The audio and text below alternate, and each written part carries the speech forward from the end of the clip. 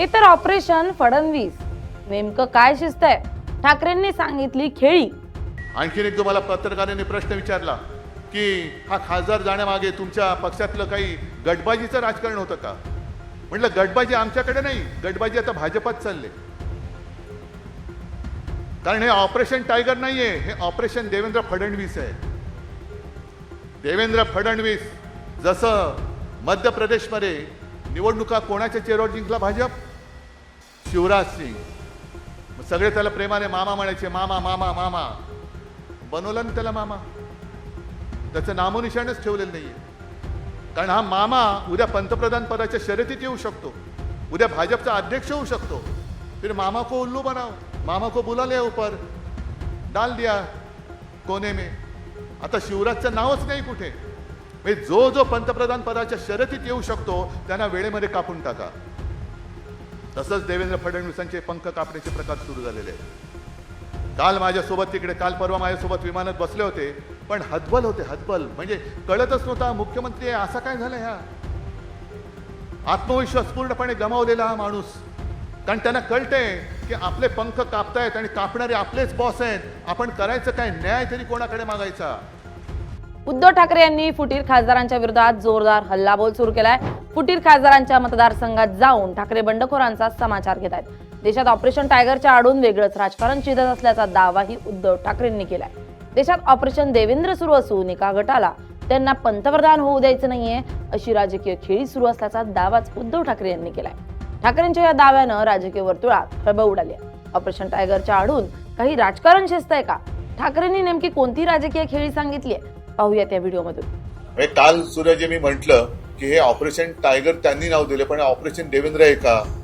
तरी भाजपातली अंतर्गत गटबाजी सुद्धा त्याच्यामध्ये असू शकते की कोणाला तरी देवेंद्रला दिल्लीत येऊन द्यायचं नसेल. त्यांना असं वाटत असेल की देवेंद्र दिल्लीत आले तर त्यांचा पंतप्रधान पदाची जी त्यांची संधी ती हुकेल, म्हणून त्यांना इथेच गुंतवून ठेवायचं किंवा इथेच संपवून टाकायचं. म्हणून ही भाजपातली अंतर्गत गटबाजी सुद्धा असू शकते. नमस्कार, मी स्नेहल चौधरी. आपण पाहत आहात LS मराठी. शिवसेना उद्धव बाळासाहेब ठाकरे पक्षाचे प्रमुख उद्धव ठाकरे यांनी महाराष्ट्राच्या राजकीय वर्तुळात एकच खळबळ उडवून दिली आहे.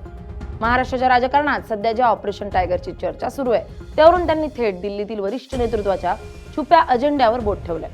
उद्धव ठाकरे यांच्या मते ही तथाकथित खासदारांची पळवापळवी म्हणजे शिवसेनेला संपवण्याचा प्रयत्न नसून भाजपच्या अंतर्गत सत्ता संघर्षाचा आणि देवेंद्र फडणवीस यांच्या राजकीय कोंडीचा एक भाग आहे.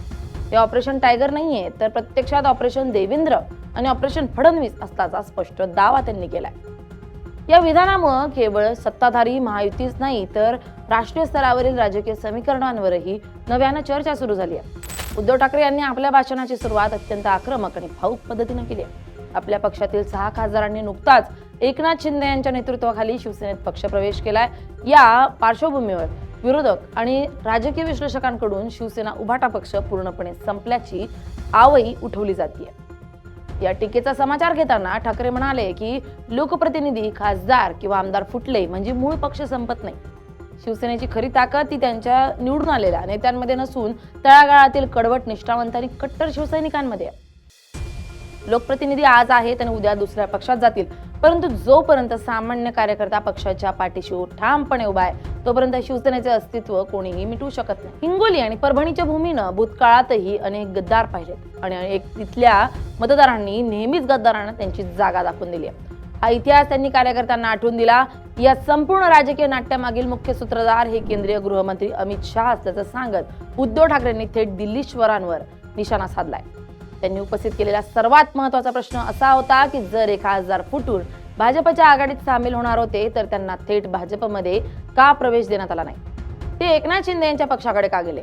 या प्रश्नाचं उत्तर देताना ठाकरेंनी अमित शहा यांच्या रणनीतीचा पर्दाफाश केलाय. त्यांच्या दाव्यानुसार भविष्यात देवेंद्र फडणवीस हे राष्ट्रीय राजकारणात आणि पर्यायानं पंतप्रधानांच्या शर्यतीत एक प्रबळ दावेदार म्हणून समोर येऊ शकतात अशी भीती दिल्लीतील भाजपाच्या वरिष्ठ नेत्यांना, विशेषतः अमित शहा यांना वाटते. यामुळेच महाराष्ट्रातून कोणताही नेता दिल्लीच्या तख्तापर्यंत पोहोचू नये आणि फडणवीस यांचं राष्ट्रीय स्तरावरील महत्त्व वाढू नये यासाठी अमित शहा यांनी ही नवी खेळी केली आहे. अमित शहा यांच्या या कथित रणनीतीला ठाकरेंनी ऑपरेशन देवेंद्र असं नाव दिलंय.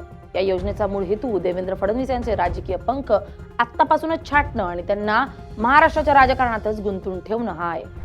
शिवसेनेचे खासदार फोडून त्यांना भाजपमध्ये न घेता शिंदे गटात म्हणजेच ठाकरेंच्या भाषेत मिंध्यांकडे पाठवण्यामागे एक दूरगामी विचार आहे. जर हे खासदार थेट भाजपमध्ये आले असते तर पक्षांतर्गत आणि राज्यातील सत्तेवर फडणवीस यांचं नियंत्रण अधिक मजबूत झालं असतं. मात्र त्यांना शिंदे गटात पाठवून अमित शहा यांनी एका प्रकारे एकनाथ शिंदे यांची ताकद वाढवली आहे, जेणेकरून महाराष्ट्रात फडणवीस यांच्यावर अंकुश ठेवता येईल आणि त्यांना दिल्लीच्या शर्यतीतून बाहेर ठेवता येईल. भाजपच्या अंतर्गत सुरू असलेल्या या सुप्त संघर्षात शिवसेनेच्या खासदारांचा केवळ एक मोहरा म्हणून वापर केला जात असल्याचा गंभीर आरोप ठाकरेंनी केलाय. याच्या पुढे जाट ठाकरेंनी भविष्यातील दिल्लीतील सत्ता समीकरणांवरही भाष्य केले. भविष्यात जर पंतप्रधान पदासाठी पक्षांतर्गत किंवा राष्ट्रीय लोकशाही आघाडीत काही वेगळी समीकरणं तयार झाली तर ते जे फुटीर खासदार आहेत ते देवेंद्र फडणवीस यांच्याऐवजी थेट अमित शहा यांच्याच बाजूने उभे राहतील, अशीच व्यवस्था दिल्लीतून आधीच करून ठेवण्यात आली आहे.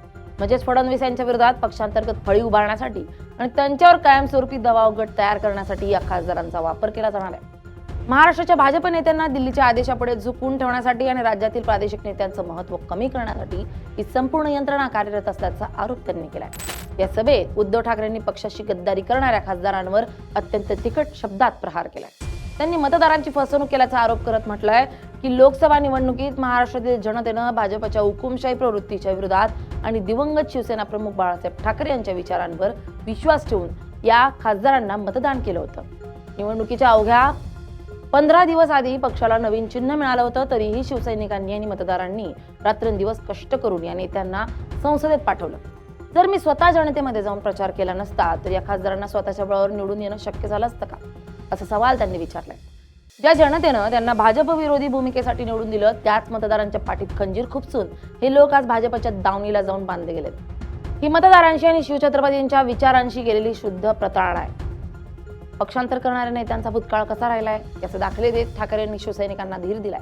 हिंगोली आणि वाशिमच्या परिसरातील खासदार यापूर्वीही शिवसेना सोडून गेले होते, मात्र त्यानंतर झालेल्या निवडणुकीत जनतेने त्यांना कधीही स्वीकारले नाही आणि त्यांचा दारुण पराभव झाला. जेव्हा जेव्हा नेते पक्ष सोडून गेले तेव्हा पक्षाचा कार्यकर्ता आणि मतदार हा पक्षासोबतच राहिलाय. हा इथला इतिहास आहे. यंदाही हिंगोलीची जनता या गद्दारीचा बदला घेतल्याशिवाय राहणार नाही आणि इतिहासाची पुनरावृत्ती होईल असा विश्वास त्यांनी व्यक्त केलाय.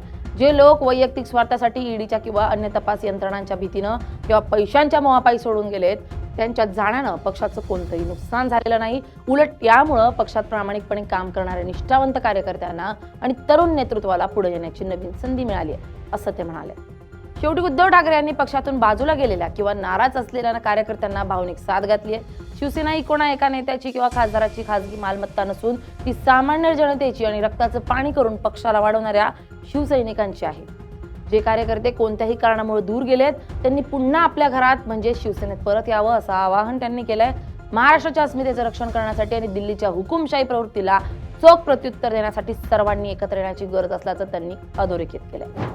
उद्धव ठाकरेंच्या या भाषणामुळे आगामी काळातील महाराष्ट्राचं राजकारण अधिक आक्रमक आणि संघर्षमय होणार असल्याचे स्पष्ट संकेत मिळतात. ऑपरेशन टायगरच्या नावाखाली भाजपच्या अंतर्गत सुरू असलेल्या या ऑपरेशन फडणवीसच्या आरोपांमुळे महायुतीमधील अंतर्गत नातेसंबंध आणि दिल्ली मुंबईतील राजकीय ताणतणाव आता चव्हाट्यावर आले. Bureau report LS Marathi.